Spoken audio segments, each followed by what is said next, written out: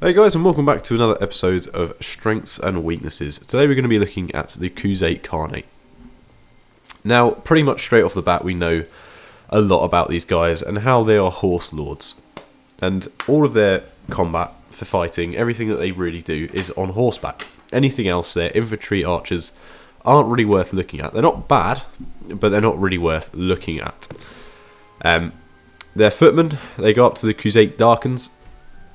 They're okay, but I'd say they're more of a mid-tier troop. Their armour's alright, but they're nothing compared to any of the other factions' infantry. They really aren't that great. Same said with the archers. The Khuzait marksmen, nothing special.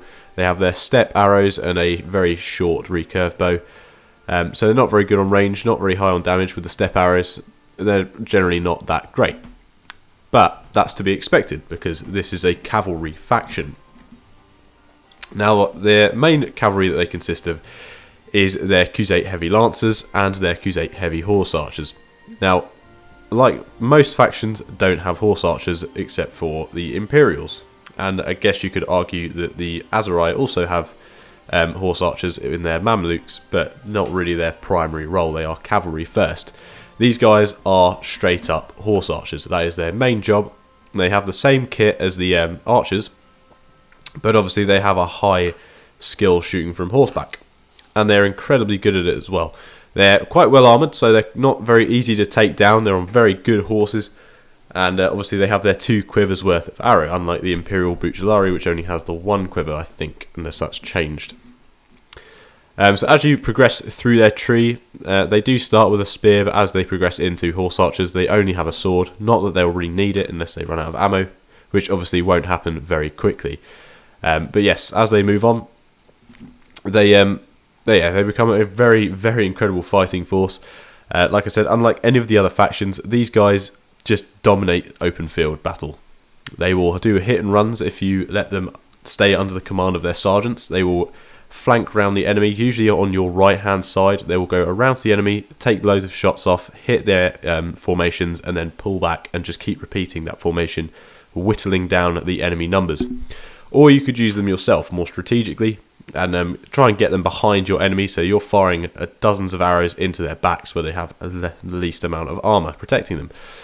You could also use them to take out enemy cavalry quite easily as well, because they can shoot down the horses and the riders quite easily before they can even engage them. And the heavy lancers, obviously being a lancer makes them already quite formidable cavalry. Taking away that sword, they do have a sword, but giving them a lance instantly tells you these guys are powerful. They are not to be messed with, and they can charge down anyone with ease, especially when going against other cavalry as well. But the main focus of this faction is to dominate open field combat. If you're on hilly terrain, which like the Khuzait land is, it's a bit steppy, so there's a lot of up and downs, a lot of valleys. So these guys struggle a little bit on that, because obviously they're going to be going up hills, which is going to slow them down a lot. So if you've got the right formations, if you have good square or circle formations that you can use against these guys, you can absorb the hits from their cavalry quite easily. But if you're quite staggered or just loose, then these guys are going to rip you to absolute shreds. If you're going against the Khuzait, you've really got to bunker down and just have a very easily defendable formation. Nice, tightly packed units. Some would argue that having them loose is better. I disagree. I think you try and create that immovable object, and you just try and create this really hard, just strong object in the centre of the field. This enemy cavalry is going to charge into you, and they're not going to get through. And then they're going to get stuck, and your men are just going to rip them off their horses, tear them to shreds. But they are obviously very fast moving. They're well armoured. You'd be surprised at how well armoured these guys are. They're not easy to take down. Heavy lancers, again, they can fight on foot as well. But we're not really looking at sieges. The Khuzaits, that's the one thing they're not very good at. It's their biggest weakness. And it's easily their biggest weakness. They are not good for either siege assaults or siege defences. These guys have no real units to defend themselves or attack castles. They are good at taking down armies. They are good at wiping out parties and lords all around the map, but they are not good at taking down castles or cities at all. They're heavy horse archers. Yeah, they're good archers on foot, but like I said, they have no real units that are designed for siege assaults or defences. Your archers are pretty much the only thing you've really got that could stand a chance. And that's what it makes taking down the Khuzaites. I find that they're one of the easiest factions to take over if you can take on a town or a castle without actually being attacked, because then if they catch you in the field while you're building a siege camp, then yes, then you're screwed. But if you can get in there, if you can climb those walls or build up your siege engines before you spot any armies or parties around you, then this is one of the easiest factions to take down, in my opinion. But yes, you don't want to get caught in an open field with these guys, because they will trample you down. They also have an elite unit as well, which is another, obviously, cavalry unit. I think it's called the Noble Sons. And I think they're a mix between... I don't think we're going to find any. We'll have a look around, but I think they're a mix between cavalry and horse archers. So I think they do start off with a bow or something along those lines, and then they progress more into cavalry. I'm not entirely sure. I could be completely wrong about that. It's been a long time since I've used them. We'll see if we can find them. But... what else have we got? So yeah, these guys dominate in fields. They have huge ranges of units they've got, unlike most. I think these are the guys. Yeah, so they're noble units. They start off as cavalry, so you can literally get cavalry straight off the bat, not even having to get recruits and then leveling them up. You just go straight into cavalry with these guys, the Noble Sons. And sorry, they are horse archers all the way through, but they have glaives. That's what makes these guys so damn good. Yeah, so these guys have glaives, which I don't know if you haven't used one of these on horseback before, then you can't appreciate just how powerful these things are against other cavalry. In fact, even against just everything. You have such a long range, and then one quick swipe will wipe anybody down. And especially if you're going up against other cavalry, you swing this thing to the side, not like a lance. You actually swing it side to side, and you just wipe them off their horses with ease. So these guys are formidable anti-cavalry, and obviously being horse archers as well, they're again still very good at taking down the opponents. So you've got two different types of horse archers and then one really good type of cavalry there. So it does make up for the lack of infantry options and the lack of archer options, but you have seriously a wide variety of cavalry that you can use. And both low tier to high tier, they're still very good units. Quite cheap as well, obviously, because you can get horse archers and cavalry quite early on, especially with the noble units. You just get cavalry straight away.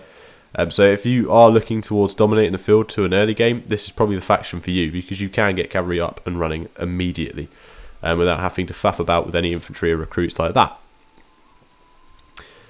So yeah, the biggest weaknesses of this faction is they have no strong infantry, they have no strong archers, they're bad at sieges, and they're also quite hard to play. You've got to know your tactics around using cavalry, because it's not easy, because you obviously do have the mix between cavalry and horse archers, and you kind of have to micromanage in the field those two formations.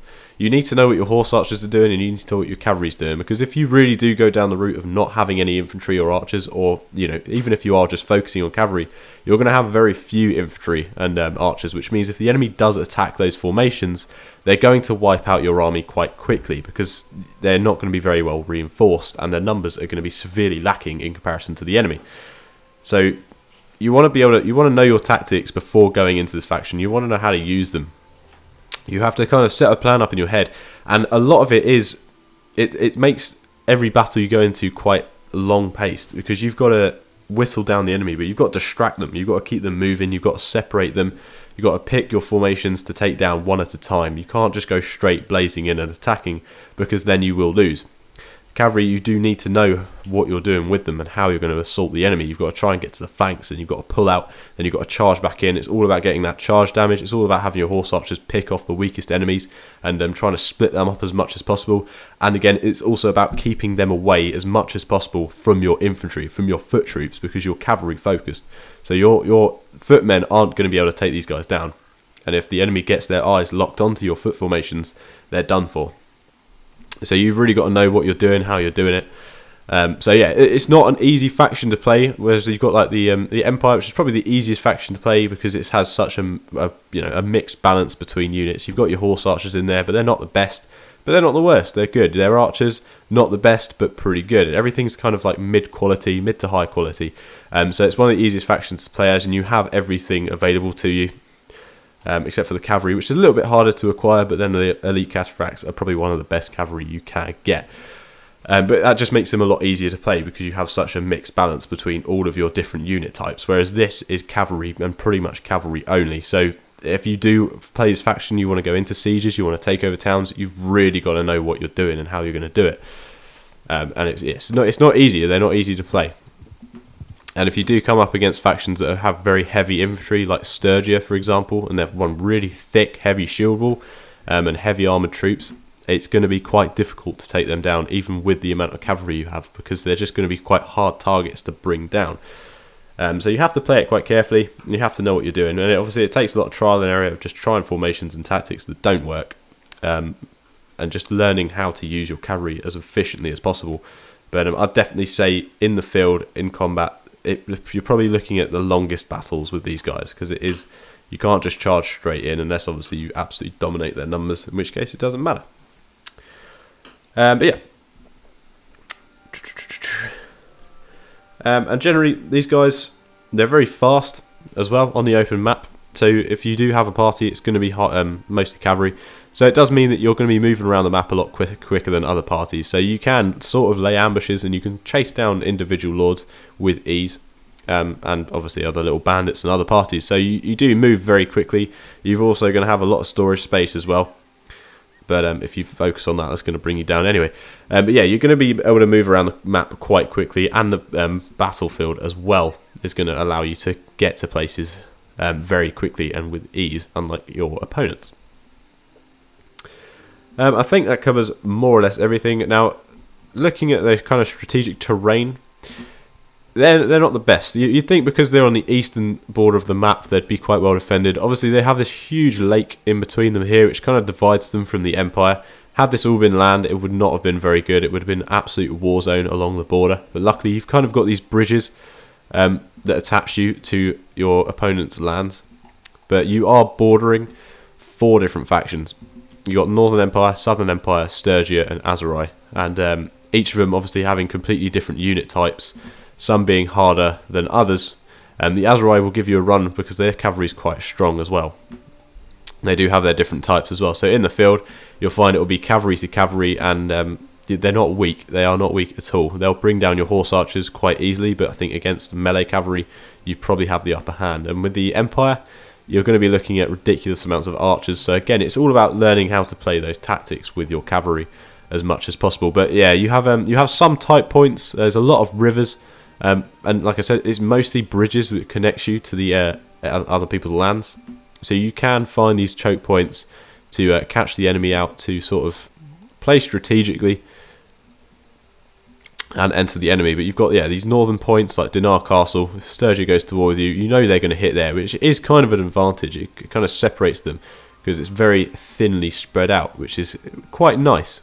Not the most strategic place, unlike you've got the Azerai, which literally has the one tiny entry point on their left flank, and then a slightly wider but 2-3 points on their right flank. So they're very, very well strategically situated and very hard to penetrate and get into, whereas the Khuzait, you have a lot of different angles you can approach from.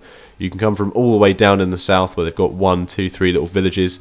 There won't be any lords around this area, and you can kind of sneak in. So you've got to be very careful about where you go, how you play, and what you do. And as far as trade goes with this faction, obviously being horse lords, you've got a lot of leathers.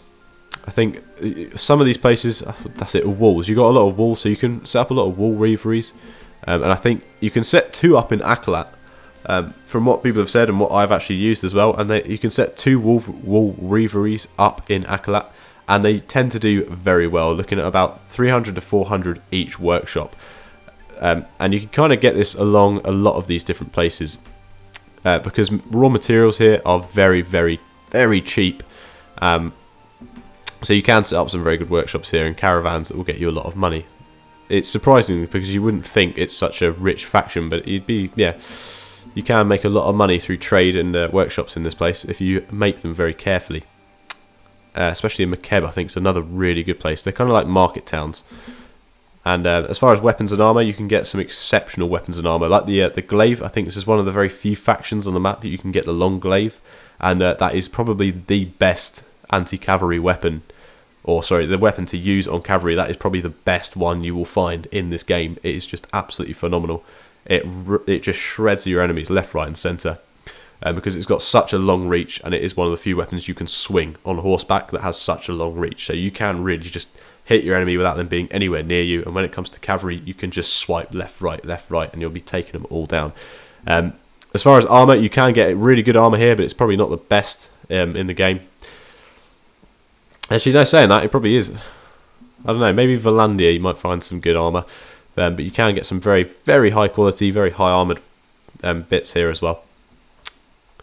As far as that, I think just the last thing is terrain. It's quite open and plainy, but yeah, if you're kind of going around the mountains, or if you're pushing towards one of the other factions, you're going to be fighting in more foresty, mountainy terrain, which is a little bit harder when you've got cavalry. But obviously, in the lands of the Khuzait, as you can see, it's very open, kind of almost deserty. Right, it's steppy, I guess. It's steppe. But yeah, so for terrain, it's perfect for the cavalry. So you don't really have to worry about it so much in that sense.